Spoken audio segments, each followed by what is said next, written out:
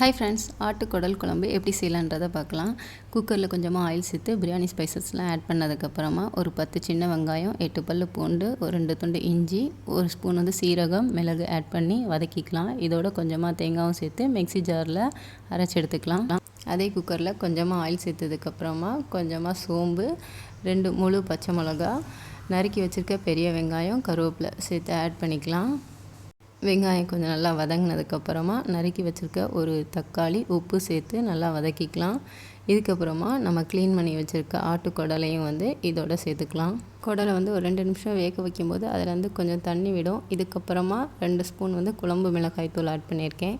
புதினா சேர்க்கும்போது குடல்லேருந்து எந்த ஸ்மெல்லும் கொஞ்சம் வராது. ஸோ புதினாவும் மல்லி இலையும் இந்த ஸ்டேஜில் ஆட் பண்ணிக்கிறேன். இதுக்கப்புறமா நம்ம அரைச்சி வச்சுருந்த மசாலா சேர்த்ததுக்கப்புறமா உப்பு காரம் செக் பண்ணி பார்த்துட்டு குக்கரில் ஒரு 10 விசில் விட்டோன்னா ஆட்டுக்குடல் குழம்பு ரெடி. நாளைக்கு வேறு ஒரு வீடியோவில் பார்க்கலாம். See you.